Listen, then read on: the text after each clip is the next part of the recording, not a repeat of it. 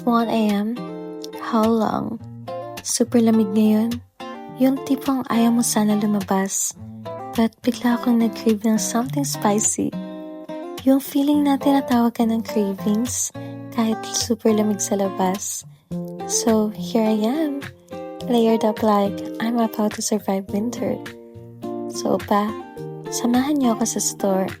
Let's see kung ano yung makukuha natin. All for one mission, find something maanghang. Wow, Tina! Shashala! Hindi ko to in-expect. Kaya pala mas malamig lalo. Grabe, ang ganda. Gusto ko muna sulitin yung moment na to.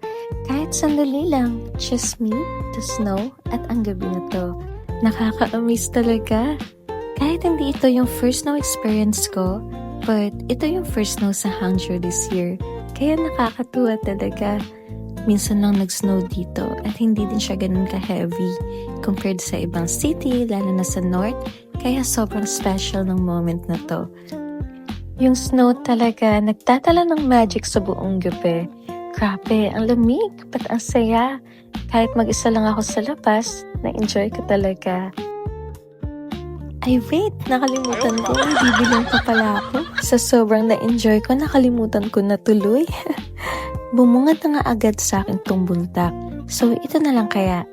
Sakto maanghang din naman. And kailangan ko ng milk na kapartner nito. Kasi for sure, super anghang nito. Ito yung palagi kong binibili na fresh milk. Nagustuhan ko na to since nung pumunta ako ng China.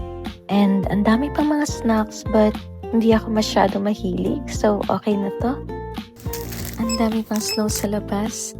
Tapos kanina din may nakakita sa akin na nagbi-video.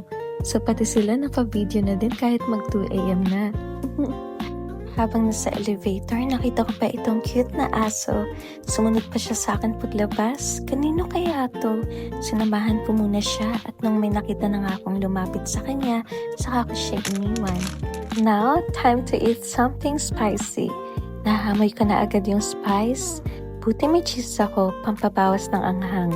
At syempre may milk na sa gilid. Alam ko nakakailangan ko to later. First bite? Oucher! Okay, di ko pa na-feel yung anghang. But habang tumatagal, super anghang. Panay milk na nga ako. Spicy ka pa ha? Anyway, thank you sa mga nanood. See you! Bye!